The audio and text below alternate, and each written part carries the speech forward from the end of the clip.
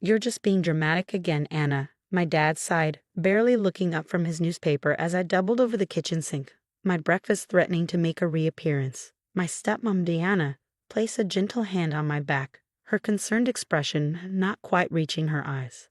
Maybe you should stay home from school today, she suggested, her voice dripping with fake sweetness. I'll make you my special tea. It always helps with stomach aches.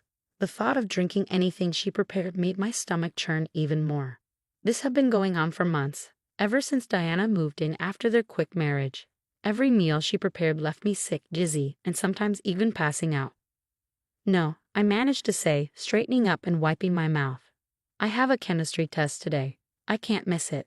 Plus, I had started bringing my own lunch to school, and mysteriously, I never got sick when I ate food I prepared myself. Deanna's eyes narrowed slightly, but her smile remained fixed. Such a dedicated student, she cooed, turning to my dad. Isn't she amazing, Robert? Dad just grunted, still absorbed in his paper. He hadn't really looked at me since he married Diana 6 months ago. It was like he traded his daughter for his new wife, and I was just an inconvenient reminder of his previous life. I grabbed my backpack and headed for the door, my legs shaky but determined. As I reached for the handle, Diana called out, "Wait, I made you a smoothie for the road. Extra protein to help with your episodes." She held out a travel mug, her perfectly manicured nails tapping against the stainless steel. Something in her eyes made my skin crawl. "Thanks, but I'm running late," I lied, practically running out the door. Behind me, I heard her telling Dad how ungrateful I was, and his murmured agreement made my heart ache. At school, my best friend Olivia took one look at me and frowned. "You look like death warmed over," she said, pulling me aside. "This isn't normal, Anna. How long are you going to ignore what's happening?" I slumped against the lockers, exhausted. What am I supposed to do? Every time I mention feeling sick, Dad says I'm being dramatic. Diana acts concerned, but I trailed off, not wanting to voice my suspicions. "But she's poisoning you," Olivia finished flatly. "We both know it. The episodes only happen when you eat her food. You're fine when you stay at my house or bring your own lunch." "That's crazy," I whispered, but my heart was pounding. Why would she want to poison me? "Because you're the only thing standing between her and your dad's inheritance from your mom," Olivia said. "Remember how interested she got when she found out about the trust fund you get at 18? My mom had died 3 years ago, leaving behind a substantial inheritance that would become mine when I turned 18, just 6 months away. Dad had control of it until then, but he couldn't touch the principal, unless something happened to me. I've been documenting everything," Olivia continued, pulling out her phone. "Every time you get sick, what you ate, when it happened. I've even been taking pictures. You've lost 15 pounds in 2 months, Anna. This isn't in your head." Looking at the photos, I barely recognized myself. My normally healthy complexion was pale and drawn, dark circles under my eyes making me look years older. When had this happened? "We need proof," I said finally, my voice shaking. "Real proof, not just suspicions." Olivia squeezed my hand. "My aunt's a nurse at County General. She's working today. Let's skip chemistry and get you a blood test. If Diana is poisoning you, it'll show up." The thought of missing my test made my stomach clench, but not as much as the thought of going home to another one of Diana's special meals. I nodded. 2 hours later, I sat in an exam room while Olivia's aunt drew vials of blood. She didn't ask many questions, but her expression grew increasingly concerned as Olivia listed my symptoms. "The results should be back in a few hours," she said, labeling the last vial. "I'm marking it urgent. Anna, do you have somewhere safe to stay tonight?" The question made my blood run cold. Even the medical professional thought I was in danger. "She can stay with me," Olivia said quickly. "My mom already said it's okay." I sent Dad a text saying I was studying late at Olivia's. His reply was immediate. "Diana's making her famous pot roast. Come home for dinner." My phone buzzed again, this time with a message from Diana. "Don't disappoint your father. Family dinner is important. I made it specially for you." Looking at her message, I felt a chill run down my spine. For the first time, I let myself fully acknowledge what I'd known deep down for months. My stepmom was trying to kill me, and my dad was too blind to see it. "We'll have the results soon," Olivia's aunt said, patting my hand. "Try to rest." But rest was impossible. All I could do was wait and wonder. What would the blood test reveal? And more importantly, what would I do when it did?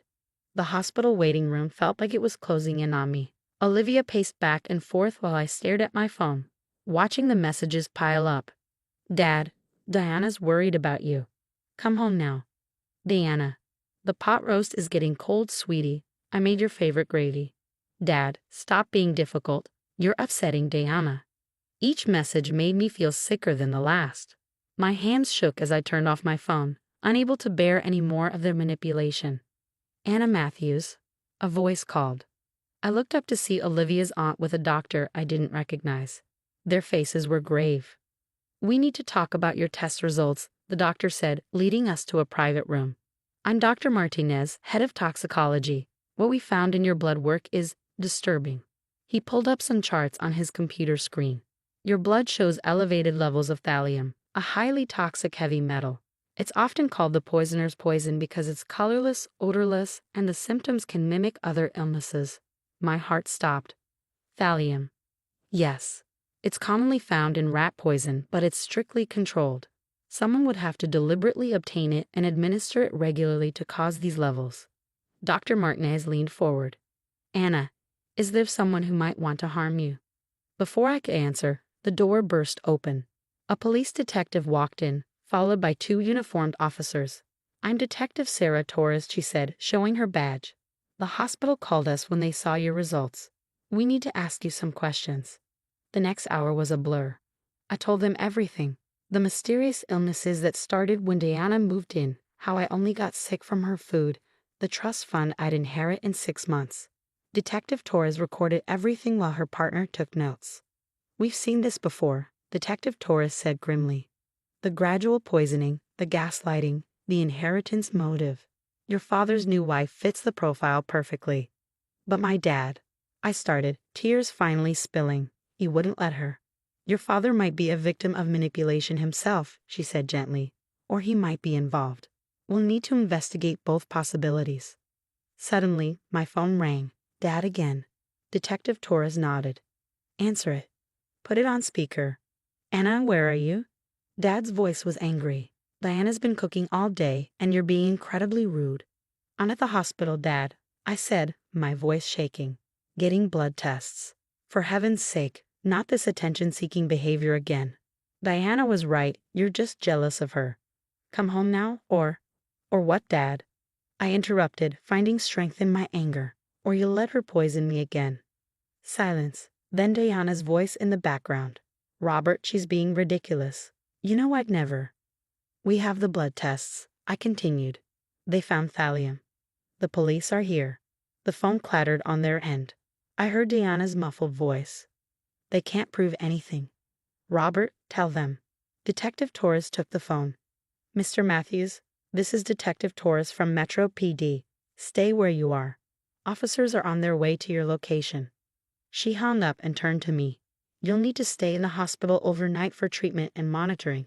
We'll have officers posted outside your door. What's going to happen now? I asked, feeling overwhelmed. We'll search your house, she explained. If we find thallium, Diana will be arrested. We'll need to determine your father's level of involvement.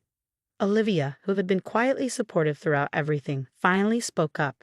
She can stay with us after she's released. My mom already said so. Detective Torres nodded approvingly. That's good. You'll need a safe place. An hour later, my phone buzzed with a text from our neighbor. Police cars at your house. Diana tried to run. They caught her at the end of the street. I should have felt relieved, but all I felt was tired.